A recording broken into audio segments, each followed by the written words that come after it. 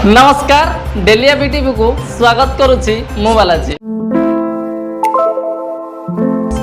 आज चर्चार विषय यह जे जीए आमको सुरक्षा प्रदान करुछि आम भारत माँ को सुरक्षा करुछि तार परिवार आज असुरक्षित निज पिलांक सम्मुखरे गण दुष्कर्म शिकार हेले जड़े जवान को पत्नी।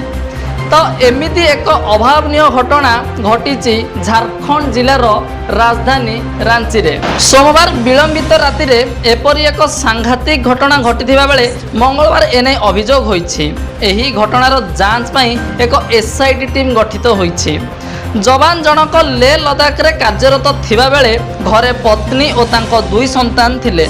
सेमानक मध्यरु जनक बयस 7 वर्ष होइथिबा बेले अन्य जनक बयस मात्र 4 मास। जवान जनक परिवार ठू दूर रे रहउथिबा बेले लाल खटगा नामक स्थान रे तांकर नूतन घर निर्मित होइथिला। उक्त घरे तांको पत्नी निज दुई संतान को धरी रहउथिबा बेले घर कामर तदारक करुथिले। आखपाखरे विशेष घर नथिबा बेले एहार सुजोग नहीं गत सोमवार राति रे 4 युवक जोर जबरदस्त तांको घरे पशिथिले। एहा परे सेमाने दुई छुआ को हत्या करिवार धमक देई महिला को सेमानक सम्मुखरे गण बलात्कार करी फेरार होई जाइथिले। एने मंगलवार महिला जनक थाना रे अभियोग करिवा परे एहाकु नै समग्र अंचल रे चांचल्य सृष्टि होइछे।